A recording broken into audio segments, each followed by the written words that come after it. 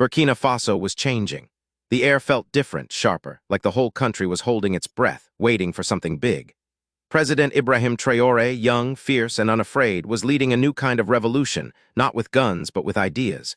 He spoke of African pride, of breaking free from foreign hands that had held the continent down for too long. His words lit fires in the hearts of the youth, from the dusty streets of Ouagadougou to the villages along the Sahel. But not everyone was happy about this change. Some watched from far away, plotting in shadows, determined to keep Africa in check. That's when Luc Marchand arrived. He stepped off a plane at Ouagadougou International Airport with a smile that could charm anyone. He was a Frenchman, tall, with neatly combed hair and a clean-shaven face. His shoes were polished, his clothes simple but expensive. To the customs officers, he was just another foreigner with a story. He showed them a humanitarian filmmaker's badge, a crisp document that said he was here to make a documentary about Burkina Faso's people, their struggles, their dreams, their resilience. "I want to show the world the real Africa," he said in perfect French, his voice warm, his eyes bright. The officers nodded, stamped his tourist visa, and waved him through. Why wouldn't they? He seemed harmless. Luc wasted no time. He rented a small house in a quiet part of the capital, far from the noisy bars and crowded markets. He drove a modest car, nothing flashy, and carried a camera everywhere he went. To the people he met, he was a kind man, curious about their lives. He filmed farmers in their fields, asking about their crops and the rains. He sat with women in the marketplaces, listening to their stories of trade and hardship. He even donated notebooks and pencils to a local school, shaking hands with the teachers and promising to feature their work in his film. "You're doing important things here," he told them. "The world needs to know." But Luc wasn't just filming stories. He was hunting secrets. Trained in Paris by men who knew how to slip into a country and pull it apart from the inside, Luc was no ordinary filmmaker. He was a spy, a master of psychological infiltration, sent to Burkina Faso with one mission: find out what Traoré's government was planning. France needed to know about Burkina's new alliances, rumors of deals with Russia, China, and other powers that could shift the balance in West Africa. They needed details on military movements, on secret bases, on anything that could give them leverage. Luc's camera was his weapon, and his smile was his shield. He worked carefully, building trust wherever he went. In the villages, he bought tea and shared it with elders, asking innocent questions about the roads and the trucks that passed through. In the city, he lingered near government buildings, filming street life, while his camera's lens caught glimpses of security checkpoints. He ate at small restaurants where soldiers sometimes gathered, listening to their conversations about patrols and supply routes. To anyone watching, he was just a curious foreigner, eager to learn. But every night when the city slept, Luc sat in his rented house, uploading data through a satellite link that no local network could trace. Short bursts of encrypted information, coordinates, photos, notes, flew across the ocean to a private contractor in Paris, a company known for meddling in African affairs. Luc thought he was invisible. He thought Burkina Faso was too busy, too distracted to notice one man with a camera. But he was wrong. This wasn't the old Burkina Faso, weak and open to manipulation. This was Traoré's Burkina Faso, and it had eyes everywhere. In a small office in Ouagadougou, a young woman named Awa Diarra was watching. Awa was a data analyst in Burkina's intelligence agency, sharp and relentless. She had joined the agency because she believed in Traoré's vision, a country that could stand tall, free from foreign tricks. One morning, while reviewing drone footage submitted by foreigners for permits, Awa noticed something odd. Luc's footage, filed as part of his documentary work, didn't match his story. Yes, there were interviews with farmers and shots of village life, but there were also aerial views of military outposts, grainy images of transport lines, and close-ups of a garrison gate. Why would a filmmaker need those? Awa didn't raise the alarm right away. She was careful, like her president. She started digging. She cross-checked Luc's movements using phone tower records and found he was often near restricted zones. She pulled his visa application and saw it listed a humanitarian group that didn't exist. Then late one night she caught a break, a signal intercept from Luc's house. Encrypted data bursts sent to a server in Europe. Awa knew what she was looking at. This wasn't filmmaking. This was espionage. She took her findings to her supervisor, a quiet man who had fought alongside Traoré in the army. He listened, nodded, and said, "Don't tell anyone yet. Let him think he's safe." The order came straight from the top, President Traoré himself. Burkina Faso was running a new program, Operation Kenkalaba, named after a local spirit of justice that sees all and forgets nothing. The goal was simple: catch spies before they could do harm, and do it so cleanly the world would have no choice but to listen. Traore wanted Luke to keep moving, to keep filming, to build a case so strong it couldn't be ignored. And so, the trap was set. Luke had no idea he was being watched. He kept filming, kept smiling, kept asking his careful questions. He thought he was winning. But every step he took, every frame he shot, was being recorded by a country that refused to be fooled again. Luke Marchand was good at his job. Too good, maybe. For weeks, he moved through Burkina Faso like a ghost, blending into the rhythm of the country. He knew how to make people trust him. In a small town near the Mali border, he filmed a group of herders, asking about their livestock and the challenges of drought. But his camera lingered just a little too long on a dirt road used by military convoys. In Ouagadougou, he joined a crowd at a music festival, laughing and clapping, but his phone quietly recorded the layout of a nearby government compound.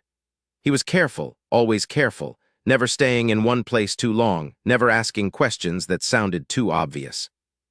But Luke wasn't just collecting pictures. He was building a map of Burkina Faso's secrets. His laptop held files marked village interviews or market scenes, but hidden inside were diagrams of supply routes, schedules of troop rotations, and notes on which officials might be open to bribes. Every night he sent his findings to Paris, to men who paid well for information that could keep Africa in line. Luke didn't ask what they did with it. He didn't care. To him, Burkina Faso was just another job, another country to study and leave behind. What Luke didn't know was that every move he made was being tracked. Operation Kenkalaba was in full swing, and Awa Diarra was at the heart of it. Awa wasn't just smart, she was stubborn. She spent long nights in the intelligence office, piecing together Luke's puzzle. She found patterns in his drone footage, places he filmed that had no reason to be in a documentary.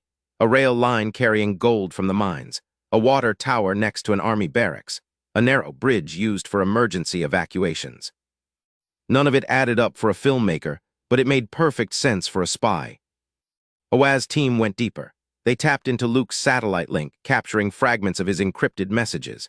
They couldn't read everything, not yet, but they saw enough to know he was talking to someone in Abidjan, a city in Côte d'Ivoire known for hosting Western operatives. One message mentioned palace access points and low-visibility zones. Another talked about Traore's inner circle and potential weak links. Awa's heart raced when she read those words. This wasn't just about stealing information. This was about destabilizing her country, maybe even targeting her president. She brought the evidence to her supervisor, who took it straight to President Ibrahim Traore. Traore listened in silence, his face calm but his eyes sharp. He was a soldier before he was a president, trained to think 3 steps ahead. He knew rushing in to arrest Luke would be a mistake. France would cry foul, call it a setup, and turn the story against Burkina Faso. No, Traore wanted something bigger. He wanted the world to see the truth, undeniable and clear. "Keep watching him," he told the team. "Let him dig his own grave. When the time comes, we'll show everyone who he really is." So Luke kept working, unaware that the ground beneath him was crumbling. He grew bolder, filming closer to military zones, asking locals about power grids and radio towers. He thought he was untouchable. One day he stopped at a roadside cafe and struck up a conversation with a truck driver. "Do soldiers ever check the cargo on these routes?" he asked, casual as ever. The driver shrugged and said, "Not often. They're too busy chasing rebels." Luke smiled, jotted a note, and moved on. What he didn't see was the woman at the next table, quietly texting Awa's team about the strange foreigner asking too many questions. Awa's team was relentless. They cloned Luke's phone data without touching his device, pulling emails and texts he thought were safe. One email, sent at 3 a.m., was a goldmine. It listed coordinates for a hidden military depot and a coded phrase, "Asset placement viable by Q3. Another file, buried in his laptop's hard drive, linked to a French contractor known for stirring trouble in African countries, coups, assassinations, you name it. Awa printed the evidence and laid it out like a map of her own. She wasn't just catching a spy, she was protecting her home. Weeks passed and the case grew stronger. Traore met with his advisors in a small room at the presidential palace. The evidence was overwhelming, photos, messages, GPS logs, all pointing to one man. But Traore didn't want a quiet arrest. He wanted a moment that would echo across Africa, a moment that would show the world Burkina Faso wasn't a pawn in anyone's game. He came up with a plan, simple but brilliant. He would invite Luke to a press conference, not as a journalist but as a trap. The announcement went out, a special press conference in Ouagadougou, open to foreign media and NGOs to hear an urgent national message. The invitation was vague, but it spread fast. News outlets buzzed, wondering what Traoré had up his sleeve. Luke saw the announcement and grinned. This was his chance to get close to the president, maybe even ask a question or two that could pry open new secrets. He RSVP'd immediately, listing himself as a humanitarian filmmaker. He packed his camera, his notebook, and his usual charm, ready to play the part. But in the shadows, Awa and her team were preparing something else. They double-checked every piece of evidence, making sure nothing could be disputed. They set up cameras in the press room wired for live broadcast. They briefed the local journalists who would be there, hand-picked for their loyalty to the truth. And Traoré, he spent the night before the conference alone, reading the evidence, memorizing every detail. He wasn't nervous. He was ready. Luc Marchand walked toward the press conference with a spring in his step, thinking he was about to outsmart a nation. He had no idea he was walking into the fight of his life. The morning of the press conference was quiet in Ouagadougou, but the air buzzed with anticipation. The presidential compound was ready, cameras set, chairs arranged, microphones tested. Only a handful of people knew what was coming. The official announcement had called it an urgent national message, and the world was watching. Foreign reporters, NGO workers, and local journalists filled the room, their notebooks open, their questions ready. But one man stood out among them, Luc Marchand, the Frenchman with the camera, sitting near the front with a faint smile. He thought he was there to gather secrets. He didn't know he was the secret about to be revealed. Luc looked the part. His beige jacket was crisp, his filmmaker's badge clipped neatly to his chest. He held a small notebook, jotting down thoughts as he scanned the room. To him, this was just another day, another chance to blend in and walk away with something valuable. He nodded at a local reporter, made small talk with an NGO worker, and checked his camera battery. Everything was in place. He felt in control like he always did. But the room felt different, too quiet, too still. The other journalists didn't smile back. The guards at the door stood a little too straight. Luc brushed it off.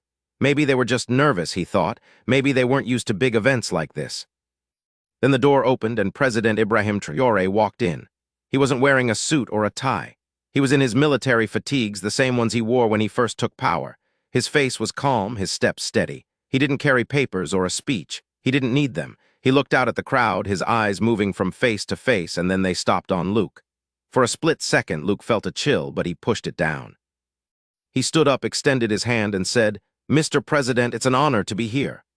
Traore shook his hand, firm and quick, and replied, "You've been very busy in our country, Mr. Marchand. Today we'll talk about that." Luc blinked. The words didn't sound right, but he kept his smile.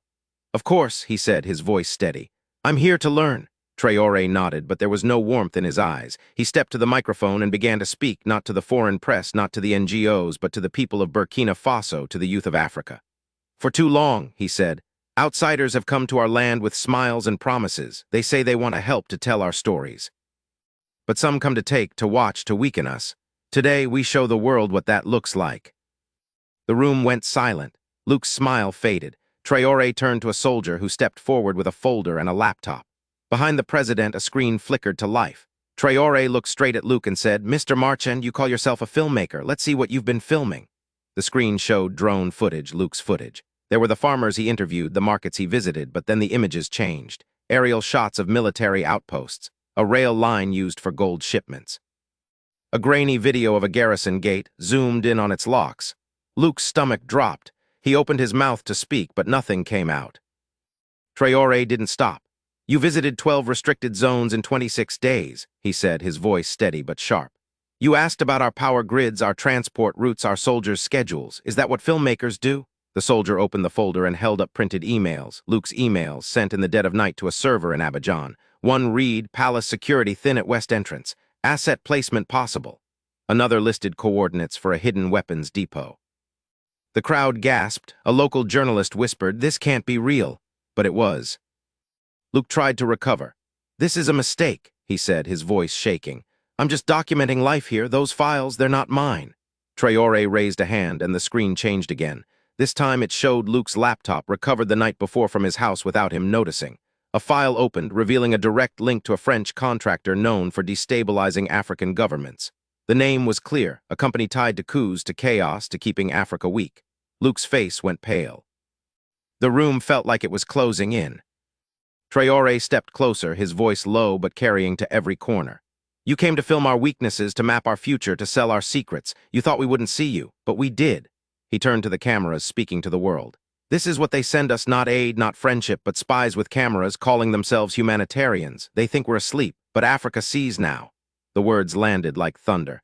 Luke stood frozen, his notebook slipping from his hand. He wasn't a filmmaker anymore. He was a suspect caught in front of the world. Traore gave a nod and 2 guards stepped forward. Escort him out, he said. Luke didn't fight. He couldn't. His legs moved like they weren't his own, his head down as the guards led him through the door. The cameras followed every step, broadcasting live to a nation, to a continent, to anyone watching. The press conference wasn't over, but Luke's game was. He had come to expose Burkina Faso. Instead, Burkina Faso had exposed him. As the door closed behind him, the room erupted, not in cheers, but in a heavy, powerful silence. The journalists scribbled furiously. The NGO workers stared at the screen, stunned. Traore stood tall, looking into the cameras. Let the people decide, he said. Is this filmmaking or is this betrayal? And with that, he walked out, leaving the world to answer. The press conference ended, but its echo was just beginning. By the time the chairs in the room were folded and the cameras packed away, the story of Luke Marchand was already racing across Burkina Faso, across Africa, across the world.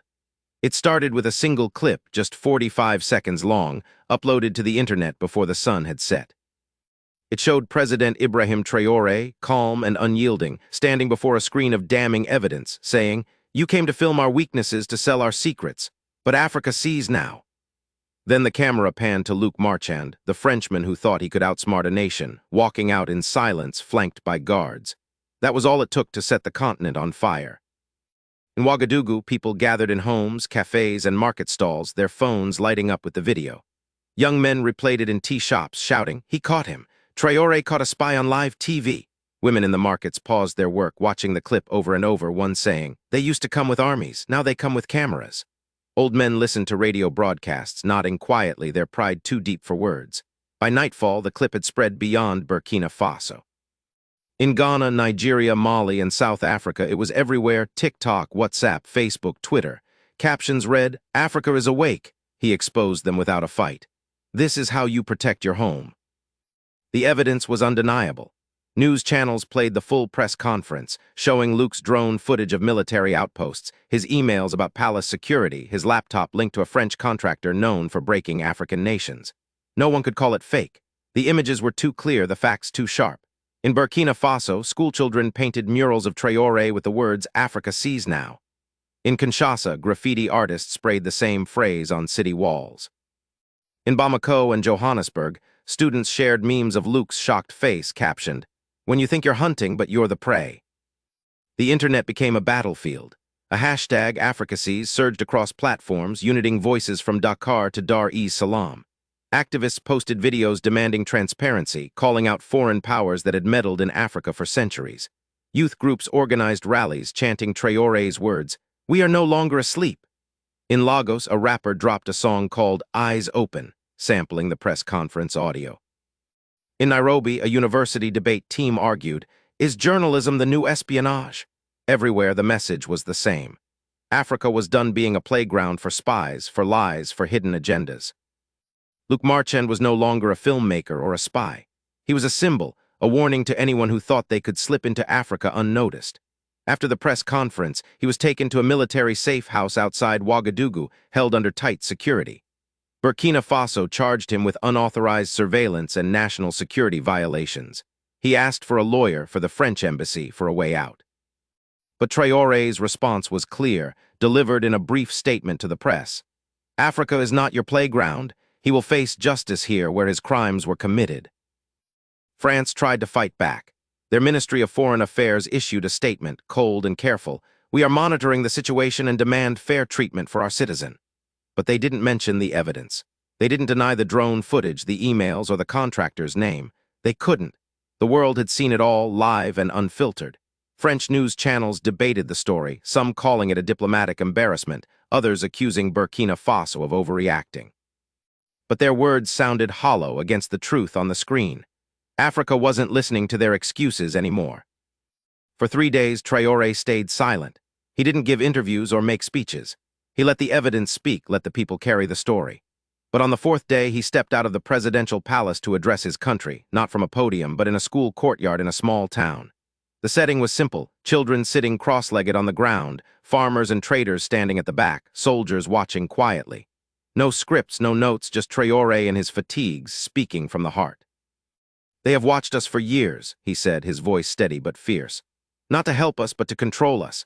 They sent a man with a camera, but it wasn't a camera. It was a weapon aimed at our future, our freedom, our dreams. He called himself a filmmaker, but his files held maps of our bases, plans to weaken our home. He didn't come to tell our story, he came to steal it." The crowd was silent, hanging on every word. Some nodded, some wiped tears.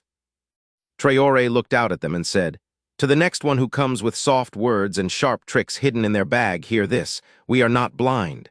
We see you now." Those words became a movement. In Ouagadougou, "We see you now" was painted on shop walls and school gates. In Accra and Addis Ababa, it was printed on T-shirts and shared in TikTok videos. In university halls from Cape Town to Cairo, students repeated it like a promise. No embassies were attacked, no riots broke out. There was no need for chaos. The message was delivered with calm, burning clarity. Africa was watching, and it would not be fooled again. Luc Marchand waited in his cell, his trial looming under the eyes of the world. The case wasn't just about one man anymore. It was about every camera that hid a lie, every handshake that came with a catch, every smile that masked a plan. Traore didn't need to say more. His actions had spoken louder than any speech. He had turned a spy's game into a lesson, a moment that reminded a continent of its power. This wasn't just about catching one man, it was about waking a giant. Africa had been quiet for too long, but now its voice was rising, clear and strong. The world had taught it how to watch, how to listen, how to wait. And now Africa was teaching the world something new, how to fight back not with anger but with truth. Because this time Africa wasn't just seen, it was seeing, and it would never close its eyes again.